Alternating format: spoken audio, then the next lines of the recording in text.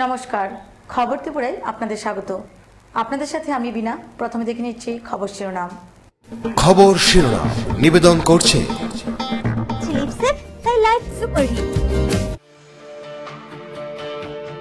বিমানবন্দরে অবতরণের সময় ফেটে গেল এয়ার ইন্ডিয়ার বিমানের চাকা। অল্পের জন্য রক্ষা পেলেন এয়ার ইন্ডিয়ার যাত্রীরা। ঘটনাটি ঘটে জম্মু ও কাশ্মীরের শ্রীনগর আন্তর্জাতিক বিমানবন্দরে।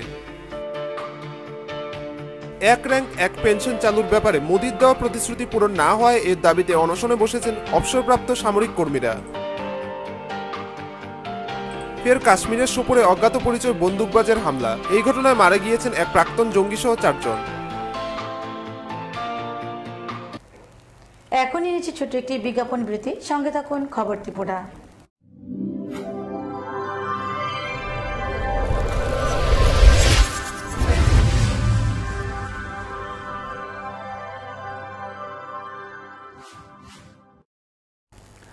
বিজ্ঞাপন বিরতির পর স্বাগত। এখন খবর বিস্তারিত। অল্পের জন্য রক্ষা পেলেন এয়ার ইন্ডিয়ার যাত্রীরা। বিমানবন্দরে অবতরণের সময় ফেটে গেল এয়ার ইন্ডিয়ার বিমানের চাকা। ঘটনাটি ঘটে জম্মু কাশ্মীরের শ্রীনগর আন্তর্জাতিক বিমানবন্দরে। বিমানবন্দরে অবতরণের সময় ফেটে গেল এয়ার ইন্ডিয়ার বিমানের চাকা। অল্পের জন্য রক্ষা পেলেন যাত্রীরা। ঘটনাটি ঘটেছে জম্মু ও কাশ্মীরের শ্রীনগর আন্তর্জাতিক বিমানবন্দরে। রাষ্ট্রায়ত্ত বিমান পরিবহন সংস্থার AI-821 বিমানটির অবতরণের সময় এই বিপত্তি ঘটে। বিমানবন্দর কর্তৃপক্ষ কথা জানিয়েছেন। এক আধিকারিক জানিয়েছেন, বিমানে 167 জন যাত্রী ও বিমান কর্মী ছিলেন। তারা প্রত্যেকেই সুরক্ষিত রয়েছেন। যাত্রীদের কোনো ক্ষতি না হলেও রানওয়েটি ক্ষতিগ্রস্ত হয়। রানওয়ের মাঝখানে কিছুক্ষণ আটকে থাকে বিমানটি। এর ফলে বিমানবন্দরে উড়ান পরিষেবা সাময়িক ব্যাহত হয়। বিমানটি সরিয়ে রানওয়ে মেরামতির পর উড়ান পরিষেবা ফের চালু হয় বলে জানিয়েছে কর্তৃপক্ষ। ব্যুরো রিপোর্ট, খবর ত্রিপুরা। এক র্যাঙ্ক এক পেনশন চালুর ব্যাপারে মোদির দেওয়া প্রতিশ্রুতি পূরণ না হওয়ায় এর দাবিতে অনশনে বসেছেন অবসরপ্রাপ্ত সামরিক কর্মচারীরা। এক র্যাঙ্ক এক পেনশন নিয়ে দীর্ঘদিন ধরেই দাবি জানিয়ে আসছে সামরিক বাহিনী। এর জেরেই সোমবার থেকে অনশন শুরু করলেন অবসরপ্রাপ্ত কর্মীরা। এক র্যাঙ্ক এক পেনশন চালুর ব্যাপারে নরেন্দ্র মোদির দেওয়া প্রতিশ্রুতি পূরণের দাবিতে অনশনে বসেছেন তারা। কেন্দ্রে মোদী সরকার 1 বছরের মেয়াদ পূর্ণ করার পরও এখনও এই প্রকল্প বাস্তবায়িত না হওয়ায় ইতিমধ্যে সামরিক বাহিনীর মধ্যে চাপা ক্ষোভ তৈরি হয়েছে। নির্দিষ্ট সময়সীমা পেরিয়ে গেলেও সামরিক বাহিনীর অবসরপ্রাপ্ত কর্মীদের সুবিধার্থে বহু প্রতীক্ষিত এক র্যাঙ্ক এক পেনশন কার্যকর করতে ব্যর্থ কেন্দ্র। এর জেরেই বিরোধিতার সূত্রপাত। हमने ये मुहिम जो शुरू करी है तो सिर्फ एक दिन के लिए नहीं थी। ये मुहिम अभी बहुत देर तक के लिए प्लान किया हुआ है। कल तो शुरुआत था रैली के साथ और आज से पहले से अनाउंस किया हुआ था कि हम रिले हंगर स्ट्राइक पे ऑलमोस्ट 55 सिटीज़ के साथ बीच में करेंगे और भी बढ़ सकती है। आहिस्ता आहिस्ता 100 सिटी भी हो सकती है, 200 भी हो सकती है, जैसे जैसे हम इसको आगे लेंगे। आज 55 के करीब, इससे भी ज़्यादा लोग बैठे हुए हैं और 55 और इससे भी ज़्यादा सिटीज़ के अंदर भी लोग बैठे हुए हैं। জয়পুরে সীমান্ত নিরাপত্তা সংক্রান্ত একটি বৈঠকে প্রতিরক্ষামন্ত্রী মনোহর পারিক্কর কর্মীদের এই উদ্বেগ প্রশমিত করতে বলেছেন, কর্মীদের ধৈর্যশীল হতে হবে। তিনি আশ্বস্ত করে বলেছেন, সরকার যে সমস্ত প্রতিশ্রুতি দিয়েছে সব পূরণ হবে।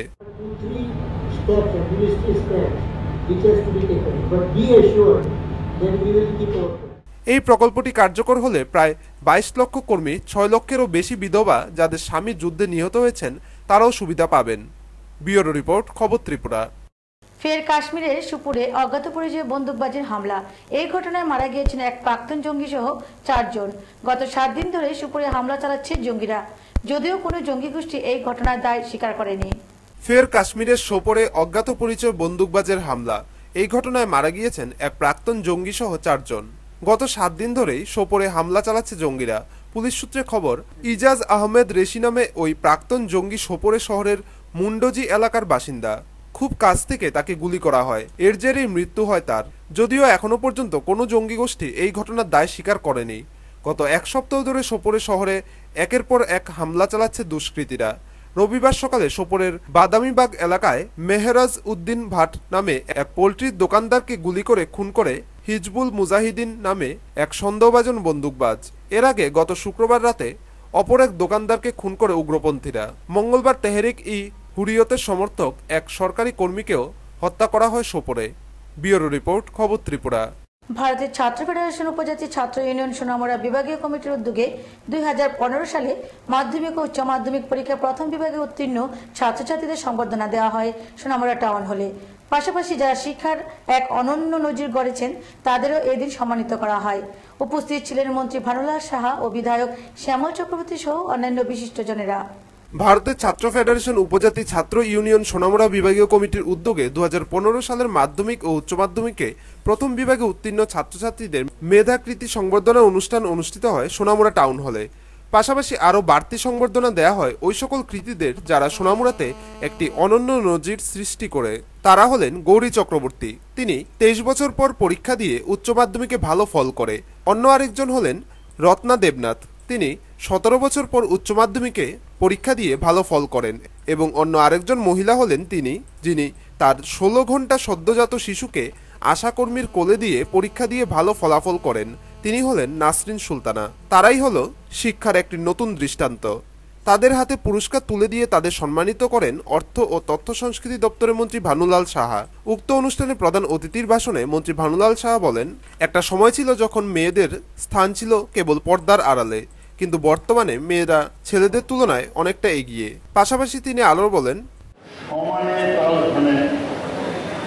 সমানে না শুধু টপকে যাচ্ছে তারা, মেধার দিক থেকে যে তালিকা বেরোচ্ছে তার মধ্যে মেয়েদের অবস্থান অনেক উপরে। আগে আরেকটা কথা ছিল, শহরের ছেলেরা ভালো পড়াশোনা করে ভালো ফলাফল করে। এখন কিন্তু শহরের বাইরে ভালো ফলাফল হচ্ছে। এবার মাধ্যমিকে, এবার হায়ার সেকেন্ডারিতে ফার্স্ট হয়েছে বিবিআই স্কুল। আমি সেদিন সেখানে শিক্ষক সমিতির সম্মেলনে ছিলাম, তারা এনে তাকে সেখানে দিল। একটি মেয়ে 6 হয়েছে হিউম্যানিটিজ গ্রুপ, সায়েন্স। এদিনের এই অনুষ্ঠানে এছাড়াও উপস্থিত ছিলেন বিধায়ক শ্যামল চক্রবর্তী, এসএফআই রাজ্য সম্পাদক নবারুণ দেব, সোনামুড়া নগর পঞ্চায়েতের চেয়ারম্যান নারায়ণ চক্রবর্তী সহ অন্যান্যরা। এদিন মোট মহকুমার 350 জন মেধা ছাত্রছাত্রীদের সংবর্ধনা দেওয়া হয়। পাশাপাশি এদিনের এই সংবর্ধনা অনুষ্ঠানে বক্তব্য রাখতে গিয়ে বিধায়ক শ্যামল চক্রবর্তী বলেন, এই রাজ্যে শিক্ষা ব্যবস্থার উন্নয়নের জন্য তারা বহু সংগ্রাম করেছেন, তারই ফলস্বরূপ আজকের এই কৃতি ছাত্রছাত্রীরা। দারুণভাবে এগিয়ে নিয়ে যাওয়ার জন্য তখন আমরা স্লোগান দিয়েছি, আমাদের মনে আছে, পুলিশ খাতে ব্যয় কমাও, শিক্ষাবাদে ব্যবহার। ছোট অবস্থায় আমরা স্লোগান দিয়েছি, পুলিশের জায়গায় জায়গা টাকা খরচ কম করো, শিক্ষার জায়গায় টাকা খরচ বেশি করো, বেতন যাতে না লাগে চিৎকার করেছি যে বিনা বেতনে পড়ার সুযোগ দিয়ে দাও। 3 টাকা বেতন দিতে হতো ক্লাস 6-এ, বছরে 36 টাকা, মাসে 3 টাকা। 36 টাকা দিতে পারতো না বলে 100 জনের মধ্যে 5 থেকে 6-এ উঠতে পড়ে 70 জন আর স্কুলের মধ্যে যেত না, বাইরে চলে যেত, বাড়িতে থাকতো, কৃষিকাজ করতো। তার জন্য আমরা চিৎকার করতাম, পয়সা ছাড়া পড়ার ব্যবস্থা। এদিনের এই অনুষ্ঠানকে ঘিরে টাউন হলের কানায় কানায় ছিল মেধা ছাত্রছাত্রীদের দ্বারা ঘেরা। টুটন চৌধুরীর রিপোর্ট, খবর ত্রিপুরা। রাজ্য সরকারের বিরুদ্ধে পথে নামল অবসরপ্রাপ্ত Tripura state government undertaking EPF pensioners কর্মচারীরা। তাদের দাবি মানা না হলে তারা মুখ্যমন্ত্রী বাসভবনের সামনে গণধর্নায় বসার হুমকি দেন। দেশের একমাত্র বাম শাসিত রাজ্য ত্রিপুরার সরকারের বিরুদ্ধে সাধারণ মানুষের অসন্তোষ দিন দিন বৃদ্ধি পাচ্ছে। এবার রাজ্য সরকারের বিরুদ্ধে ক্ষোভ ব্যক্ত করলেন অবসরপ্রাপ্ত সরকার অধিগৃহীত সংস্থার কর্মীরা। ক্ষোভ উগরে দিয়ে মুখ্যমন্ত্রী বাসভবনের সামনে গণধর্নায় বসার হুমকি দিলেন। ত্রিপুরা সরকার পরিচালিত ত্রিপুরা রোড ট্রান্সপোর্ট তথা টিআরটিসি থেকে অবসরে যাওয়া কর্মচারীদের অভিযোগ সংস্থার কাছে একজন কর্মচারী 2 থেকে 2.5 লক্ষ টাকার বেশি পাওনা রয়েছে। এই টাকা পাওয়ার জন্য একাধিকবার টিআরটিসির ম্যানেজিং ডিরেক্টরের সঙ্গে দেখা করতে চাইলে প্রতিবারই ম্যানেজিং ডিরেক্টর কোনো না কোনো বাহানা করে এই সকল অবসরপ্রাপ্ত কর্মচারীদেরকে এড়িয়ে যাচ্ছেন বলে অভিযোগ। তাদের প্রাপ্য টাকা না পাওয়ার জন্য পথে নেমেছে Tripura state government undertaking EPF pensioners association. বয়স্ক অবসরপ্রাপ্ত কর্মচারীরা তাদের ন্যায় পাওয়ার জন্য ইতিমধ্যে মুখ্যমন্ত্রীর সঙ্গেও দেখা করেন সংগঠনের এক প্রতিনিধি দল, কিন্তু তারপরও কোনো ফল হয়নি। কিছুদিনের মধ্যে যদি তাদের প্রাপ্য টাকা ফিরিয়ে না দেওয়া হয় তবে তারা মুখ্যমন্ত্রী বাসভবনের সামনে গণধর্নায় বসার হুমকি দিলেন Tripura state government undertaking EPF pensioners অ্যাসোসিয়েশনের সদস্যরা। 4 কোটি টাকার মতন গ্র্যাচুইটির টাকা আমাদের এই পেনশনারদের দেওয়া না। আজকে তারা না খেয়ে না দিয়ে মরছে, যেহেতু আমাদের পেনশন নেই, লিভ এঙ্গেজমেন্ট নেই, আমাদের অর্জিত ছুটির টাকা আমরা পাবো। আমাদেরকে যে কাজ করিয়েছে এই ম্যানেজমেন্ট, এই অপদত্ত ম্যানেজমেন্ট আমাদের টাকা দিচ্ছে না। একজন 2 লক্ষ টাকার উপরে গ্র্যাচুইটি লিভ এঙ্গেজমেন্টের টাকা পাও না এই কর্তৃপক্ষের কাছে।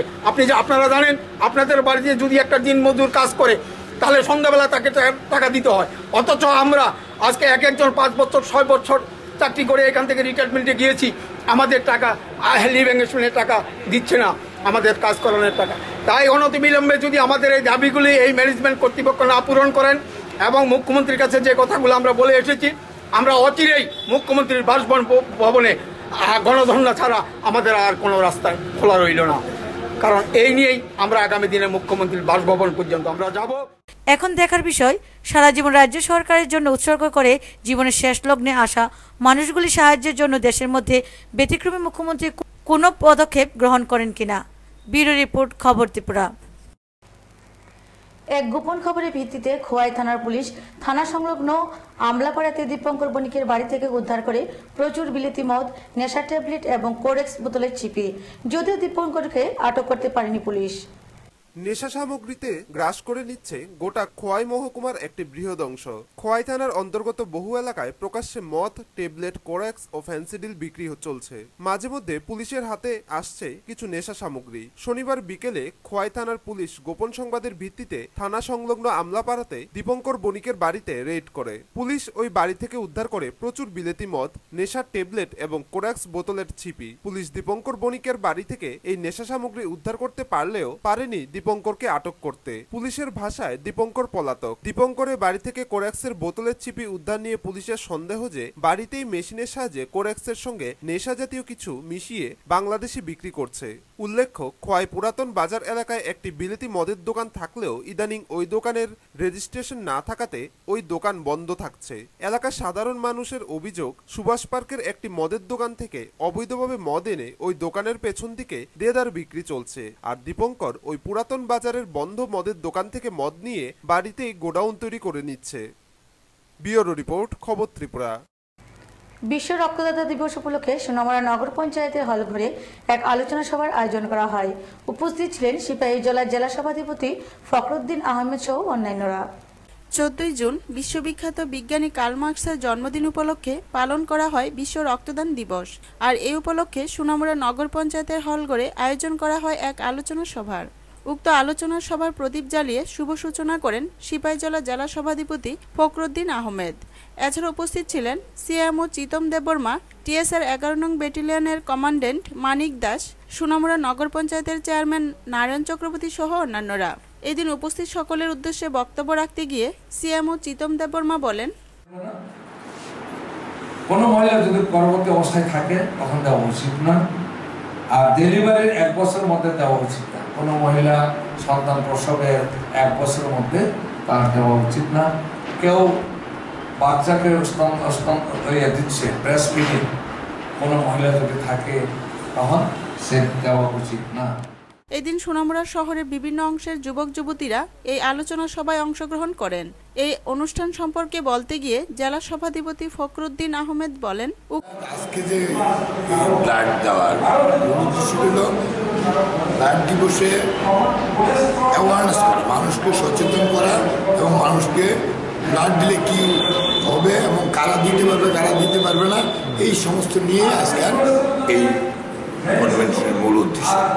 বিশিষ্ট বিজ্ঞানী এবং ডক্টর কার্ল ল্যান্ডস্টিনারের জন্মদিন উপলক্ষে সারা বিশ্বেই আজকে ব্লাড দিবস হিসেবে উদযাপিত হচ্ছে। উক্ত আলোচনা সভায় সোনামুড়ার বিভিন্ন স্কুলের যুবক যুবতীদের উপস্থিতি ছিল লক্ষণীয়। টুটন চৌধুরী রিপোর্ট, খবর ত্রিপুরা। বিজেপির মহাসম্পর্ক অভিযান রাজ্যের প্রতিটি মন্ডল কমিটির উদ্যোগে কমলাসাগর ও বিশালগড়ে অনুষ্ঠিত হয়।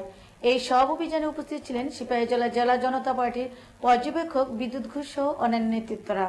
ভারতের জনতা পার্টির সম্পর্ক অভিযান রবিবার ত্রিপুরা রাজ্যের প্রতিটি মন্ডল কমিটির উদ্যোগে অভিযান চালায়। প্রথমে কমলাসাগর মন্ডল কমিটির উদ্যোগে চাম্পামুড়া বাজারে সম্পর্ক অভিযান চালায়। উপস্থিত ছিলেন সিপাহীজলা জেলার জনতা পার্টির পর্যবেক্ষক বিদ্যুৎ ঘোষ, সাধারণ সম্পাদক গৌরাঙ্গ ভৌমিক, মন্ডল কমিটির সহসভাপতি মদন লস্কর। কমলাসাগর অভিযান শেষ করে বিশালগড় বাজারে এই সম্পর্ক অভিযান শুরু করে।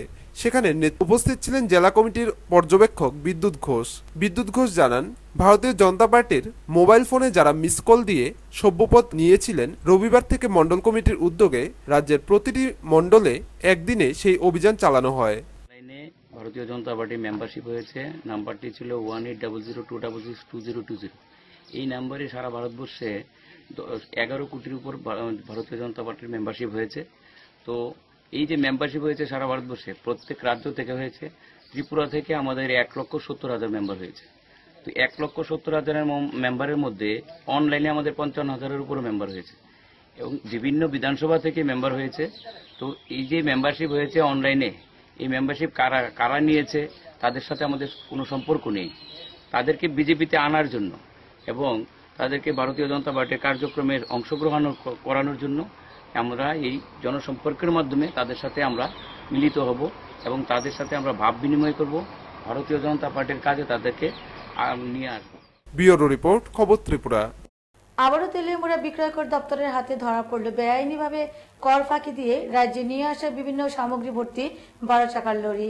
চালকের বক্তব্য থেকে স্পষ্ট, চুরাইবাড়ি বিক্রয়কর দপ্তরের প্রধান গেটের একাংশ অফিসার ও দালালদের যোগসাজশে প্রতিদিন কর ফাঁকি দিয়ে লরি ভর্তি সামগ্রী ঢুকছে। গত 8 জুন প্রায় 2 লক্ষ টাকার কর ফাঁকি দিয়ে বিভিন্ন সামগ্রী কলকাতা থেকে রাজ্যে নিয়ে আসার পথে তেলিয়ামুড়া বিক্রয় কর দপ্তরের আধিকারিকরা একটি লরি আটক করার পর রবিবার আরও একটি লরিকে আটক করে প্রচুর পরিমাণ সামগ্রী আটক করেন। উত্তরপ্রদেশের বর্ডার থেকে নিয়ে আসা UP 83T7277 নম্বরের 12 চাকার একটি লরিকে গোপন খবরের ভিত্তিতে চাকমাঘাট থেকে বিক্রয় কর দপ্তরের আধিকারিকরা আটক করে তল্লাশি চালায়। আধিকারিকরা তল্লাশি চালিয়ে প্রচুর পরিমাণে করযুক্ত সামগ্রী আটক করেন, যেগুলি কর ফাঁকি দিয়ে আগরতলা শ্রীকৃষ্ণ ট্রান্সপোর্টে নিয়ে যাওয়া হচ্ছে। তেলিয়ামুড়া বিক্রয় কর দপ্তরের তত্ত্বাবধায়ক নিরঞ্জন দাস জানিয়েছেন, প্রচুর পরিমাণ সামগ্রী রাজ্য সরকারের বিক্রয় কর ফাঁকি দিয়ে নিয়ে যাওয়া হচ্ছে। বৈধ কাগজপত্র না থাকায় সেগুলিকে আটক করা হয়। তিনি গত 8 জুন 7,34,000 টাকার সামগ্রী কর ফাঁকি দিয়ে নিয়ে যাওয়ার সময় পরিবহন সংস্থা থেকে 1,96,000 টাকার কর ও জরিমানা আদায় করা হয়েছে। এর মধ্যে খুচরা মাল আছে, জিরা, ইলেকট্রিক্যাল গুডস, জুতা, এইগুলি পাইছি। আর কিছু ট্যাক্স ছাড়া নন ট্যাক্স মাল পাইছি। এটা তার যে কাগজপত্র দেখাইছে, কাগজপত্রে দেখা যাইতেছে এটা UP বর্ডার থেকে আইছে। UP বর্ডার থেকে আগরতলা থেকে কৃষ্ণা রোড এসে একটা গোপন সূত্রে আমরা কাছে একটা খবর আছিল যে একটা গাড়ি এরকম সেল ট্যাক্সের বৈধ কাগজপত্র ছাড়া গাড়িটা আইতেছে, এরকম একটা আমরা খবর পাইছিলাম। এটার ভিত্তিতে আমরা। এদিকে রবিবার আটক করা লরির চালক জানিয়েছেন, চুরাইবাড়ি সেল ট্যাক্স গেট পেরিয়ে আসেন। ট্যাক্সের জন্য 25 নং ফর্ম নিলেও আধিকারিক ও দালাল বিনা গেট পাসে এবং কম্পিউটার এন্ট্রি না করেই ছেড়ে দেয়। এক্ষেত্রে আধিকারিকদের নিয়োগ করা দালালদের মধ্যে কয়েকশো টাকা প্রণামী দিতে হয়। दिल्ली से अगरतला जाएगा, कुछ कागज वगज में डिफेक्ट होगा, इसलिए सेल टैक्स वालों ने रोका है। उस पर चेक किया था, गेट पास दिया था, वहाँ गेट पास उसको दे के निकल आए। पास करता है ना, वो उसका आदमी है पास कराने वाला। উল্লেখ করা যায় যে রাজ্য সরকারের বেতনভোগী চুরাইবাড়ি বিক্রয় কর দপ্তরের একাংশ আধিকারিক ও দালালদের প্রতিদিন পকেট ভারীর নামে বেআইনিভাবে গাড়ি ছেড়ে দেওয়ার খেসারত দিতে হচ্ছে রাজ্যের জনগণকে। ব্যুরো রিপোর্ট, খবর ত্রিপুরা। বিজেপির এক সভা অনুষ্ঠিত হয় কৈলাস শহরের উত্তরাঞ্চলের টিলাবাজার দ্বাদশ শ্রেণী বিদ্যালয়ে।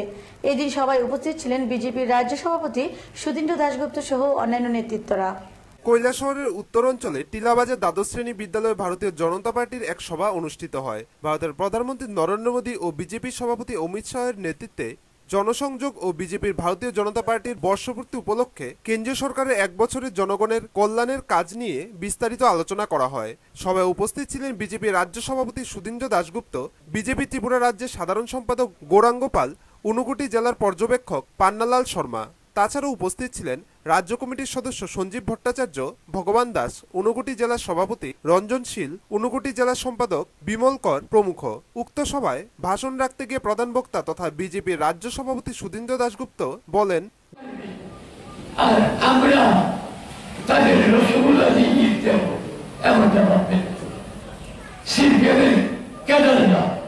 আমাদের উপর যদি একটা লাঠি মারি সিপিএম কেন্দ্রে আমরা 10টা লাঠি ইটের টুকরো দিয়ে যদি আমাদের দিন চুরি রসগোল্লা ইটের বদলে ইট সার্ভ করেন এবং আমি বাই ইলেকশন বা যেখানে যাই আমি এই কথাটাই সিপিএমের ক্যাডার বাহিনীর উদ্দেশ্যে বলে থাকি। বিজেপি রাজ্য সম্পাদক তথা বিশেষ অতিথি গৌরাঙ্গ পাল বলেন, 31 মেতে ভারতীয় জনতা পার্টি বিশ্বের সর্ববৃহৎ রাজনৈতিক দল হিসেবে প্রতিষ্ঠিত হয়েছে। তার সদস্য সংখ্যা হয়েছে প্রায় 12 কোটির কাছাকাছি, মানে 11 কোটি 12 কোটির কাছাকাছি সদস্য আছে। বিশ্বের সর্ববৃহৎ রাজনৈতিক দল ভারতীয় জনতা পার্টি। আপনারা শুনলে আশ্চর্য হবেন, এই ত্রিপুরা রাজ্যে গত 2012-13 যে সাংগঠনিক নির্বাচন হয়েছিল সেই সময় আমাদের সদস্য সংখ্যা ছিল 10,000। ব্যুরো রিপোর্ট, খবর ত্রিপুরা। বিজ্ঞান ও প্রযুক্তি দপ্তরের অনুমোদিত কমলপুর মহকুমা বিজ্ঞান মঞ্চের প্রথম সম্মেলন অনুষ্ঠিত হয় কমলপুর দাদু স্কুলের সভাগৃহে। মহকুমার বিভিন্ন স্কুল থেকে মোট 187 জন প্রতিনিধি এদিন উপস্থিত ছিলেন। বিজ্ঞান আন্দোলনকে সর্বস্তরে প্রসারিত করতে বিজ্ঞান ও প্রযুক্তি দপ্তরের অনুমোদিত কমলপুর মহকুমা বিজ্ঞান মঞ্চের প্রথম সম্মেলন অনুষ্ঠিত হয় 13 জুন কমলপুর দ্বাদশের সভাগৃহে। মহকুমার বিভিন্ন স্কুল থেকে মোট 187 জন প্রতিনিধি উপস্থিত ছিলেন। সম্মেলনে শুভ উদ্বোধন করেন কমলপুর নগর পঞ্চায়েতের চেয়ারপারসন খনা দাস। সভায় স্বাগত ভাষণ রাখেন সহকারী প্রধান শিক্ষক দেবজিৎ রায়। শহীদ বিজ্ঞানী ও বিজ্ঞান কর্মী যুক্তিবাদীদের স্মৃতির প্রতি শ্রদ্ধা জানিয়ে শোক প্রস্তাব পাঠ করেন শিক্ষিকা সোমা দাস। তথ্য সমৃদ্ধ আলোচনা করেন শিক্ষক রতন দাস, শেফাল বণিক, সজল ঘোষ এবং শিক্ষিকা রাখি দে। মঞ্চে সম্মানিত অতিথিদের আসন অলঙ্কৃত করেন ভারতীয় বিজ্ঞান ও যুক্তিবাদী সমিতির সভাপতি অনিরুদ্ধ দে, প্রধান শিক্ষক বিমল দাস ও ধলাই জেলা শিক্ষা আধিকারিকের পক্ষে কানুকান্ত দেব। সম্মেলনে সভাপতিত্ব করেন কমলপুর দ্বাদশের প্রধান শিক্ষক অবনীন্দ্র পাল। মহকুমার সবকয়টি হাই স্কুলকে নিয়ে সম্মেলনে 21 জনের মহকুমা কমিটি নির্বাচিত হয়। নোয়াগাঁও স্কুলের শিক্ষক শেফাল বণিক হন উক্ত কমিটির কনভেনার। সিদ্ধান্ত হয় জেলা বিজ্ঞান মঞ্চের মহকুমার সদস্যরা হবেন উক্ত কমিটির স্থায়ী সাম্মানিক সদস্য। মহকুমা কমিটির প্রত্যেক সদস্য তাদের পার্শ্ববর্তী 3টি এসবিও, 2টি জেবি স্কুলকে নিয়ে ইউনিট ফোরামের সঞ্চালকের দায়িত্ব পালন করবেন। জেলার বাকি 3টি মহকুমা সম্মেলন আগামী মাসে শেষ করা হবে বলে সম্মেলনে সিদ্ধান্ত হয়। এবং তারই প্রথম উদ্যোগে রাজ্যের বিভিন্ন জেলাতে জেলা বিজ্ঞান মঞ্চ গঠন করা হয়েছে। আমাদের ধলাই জেলার বুকে 12ই সেপ্টেম্বর 2013 সালে কমলপুর কলেজের যে সেমিনার হল সেখানে বিচিত্রনাথ মাননীয় মন্ত্রী। ব্যুরো রিপোর্ট, খবর ত্রিপুরা। তেলেমুড়া অশ্বিনী কুমার ঘোষ স্মৃতি কমিউনিটি হল ঘরে শুরু হয় দুদিনব্যাপী সারা ভারত ডাক কর্মচারী ইউনিয়নের গ্রামীণ ডাক সেবক NFPE এর ধর্মনগর শাখার 26তম বিভাগীয় সম্মেলন। এখনো যারা সংগঠনের বাইরে রয়ে গেছে তাদেরকে সংগঠনের পতাকা তলে এনে সংগঠনকে আরো শক্তিশালী করে দাবি আদায়ের লড়াই জারি রাখতে হবে। এই আহ্বান জানিয়ে রবিবার শেষ হয় সারা ভারত ডাক কর্মচারী ইউনিয়নের গ্রামীণ ডাক সেবক NFPর ধর্মনগর শাখার 26তম বিভাগীয় সম্মেলন। অজিত ভট্টাচার্য, বিজয় ভট্টাচার্য ও অবিনাশ রায়কে নিয়ে সভাপতি মণ্ডলী করে তেলিয়ামুড়া অশ্বিনী কুমার ঘোষ স্মৃতি কমিউনিটি হলে শনিবার শুরু হয় 2 দিনের সম্মেলন। বাইরে সংগঠনের পতাকা উত্তোলন করেন বিভাগীয় সভাপতি অজিত ভট্টাচার্য। হয় শহীদ বেদিতে মাল্যদানও। উদ্বোধনী ভাষণ দেন খোয়াই জেলার সভাধিপতি সাইনি সরকার। সম্মেলনে এছাড়াও আলোচনা করেন গ্রুপ ডি ইউনিয়নের সর্বভারতীয় সহসম্পাদক তাপস নাথ, গণ আন্দোলনের নেতা সুধীর সরকার, TECCর HB রোডের তেলিয়ামুড়া বিভাগীয় সম্পাদক সুভাষ মজুমদার, সংগঠনের সার্কেল সভানেত্রী সুপ্রভা পাল, নেতৃত্ব জীবনানন্দ ভট্টাচার্য প্রমুখ। বক্তারা কেন্দ্রীয় সরকারের জনবিরোধী নীতির তীব্র সমালোচনা করেন। সম্মেলনে খোয়াই, ধলাই, ঊনকোটি ও ধর্মনগর এই 4 জেলা থেকে 160 জন প্রতিনিধি অংশগ্রহণ করে। সম্পাদকীয় প্রতিবেদন পেশ করেন হারাধন মজুমদার। প্রতিবেদনের উপর 10 জন প্রতিনিধি গঠনমূলক আলোচনা করেন। সম্মেলন থেকে 15 জনকে নিয়ে গঠন করা হয় নতুন বিভাগীয় কমিটি। এর সভাপতি ও সম্পাদক হন যথাক্রমে অবিনাশ রায় এবং হারাধন মজুমদার।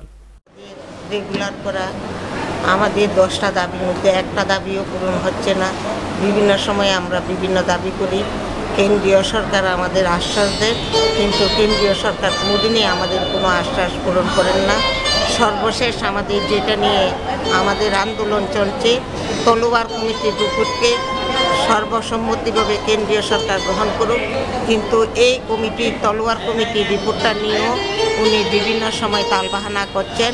এখন আবার আমাদের কাছে সময় চেয়েছেন, জানি না ওনাকে 1.5 মাসের সময় দেওয়া হয়েছে, উনি কখন কী করবেন। কোন কোন জায়গা নিয়ে সম্মেলনটা হচ্ছে? এটা আমাদের দ্বিবার্ষিক সম্মেলন বা বিভাগীয় সম্মেলন। প্রতি বছর একটা সাব ডিভিশনে আমাদের সম্মেলনগুলি অনুষ্ঠিত হয়। আমাদের ইউনিয়নের কাজকর্ম আমরা। ব্যুরো রিপোর্ট, খবর ত্রিপুরা। পশ্চিম জেলা ও সিপাহী জেলা উদ্বাস্তু উন্নয়ন কমিটির ডাকে 3 দফা দাবি সনদ নিয়ে 7 জনের প্রতিনিধি দল সিপাহী জেলা জেলা শাসকের নিকট ডেপুটেশন দেওয়া হয়। সোমবার পশ্চিম জেলা ও সিপাহী জেলা উদ্বাস্তু উন্নয়ন কমিটির ডাকে 3 দফা দাবি সনদ নিয়ে সিপাহী জেলা জেলা শাসকের কাছে ডেপুটেশনে মিলিত হন। ডেপুটেশন 7 জনের প্রতিনিধি দলই ছিলেন উদ্বাস্তু উন্নয়ন কমিটির চেয়ারম্যান গোপাল লস্কর, সহ সম্পাদক রাখাল দেবনাথ, সদস্য হাসিনা বেগম। 3 দফা দাবিগুলির মধ্যে উল্লেখযোগ্য হল উগ্রপন্থী হামলায় উদ্বাস্তু পরিবারগুলিকে উদ্বাস্তু হিসেবে স্বীকৃতি প্রদান করতে হবে, উদ্বাস্তু পরিবারগুলিকে সুষ্ঠু পুনর্বাসনের ব্যবস্থা করতে হবে, উদ্বাস্তু পরিবারগুলিকে এককালীন 5 লাখ টাকা অনুদান প্রদান করতে হবে। সিপাহী জেলা অতিরিক্ত জেলা শাসক দিলীপ চাকমার নিকট ডেপুটেশন দেন। চেয়ারম্যান গোপাল লস্কর জানান, 1 মাসের মধ্যে দাবি না মানা হলে আগরতলা সাবরুম জাতীয় সড়ক অবরোধ করে দেবে অনির্দিষ্টকালের জন্য। এই হুমকি দেন অতিরিক্ত জেলা শাসককে। বাস্তবিত হয়েছি এবং সিপাহী জেলা মহকুমার আন্ডারে বিভিন্ন পঞ্চায়েতে আমরা অস্থায়ীভাবে বসবাস করছি।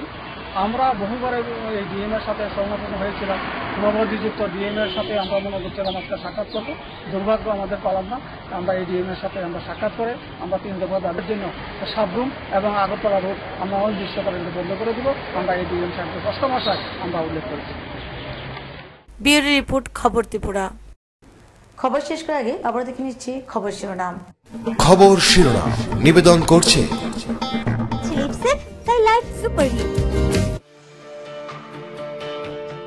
বিমানবন্দরে অবতরণের সময় ফেটে গেল এয়ার ইন্ডিয়ার বিমানের চাকা। অল্পের জন্য রক্ষা পেলেন এয়ার ইন্ডিয়ার যাত্রীরা। ঘটনাটি ঘটে জম্মু ও কাশ্মীরের শ্রীনগর আন্তর্জাতিক বিমানবন্দরে। 1 র্যাঙ্ক 1 পেনশন চালুর ব্যাপারে মোদির দেওয়া প্রতিশ্রুতি পূরণ না হওয়ায় এর দাবিতে অনশনে বসেছেন অবসরপ্রাপ্ত সামরিক কর্মীরা। ফের কাশ্মীরের সোপোরে অজ্ঞাত পরিচয় বন্দুকবাজের হামলা। এই ঘটনায় মারা গিয়েছেন এক প্রাক্তন জঙ্গি সহ 4 জন।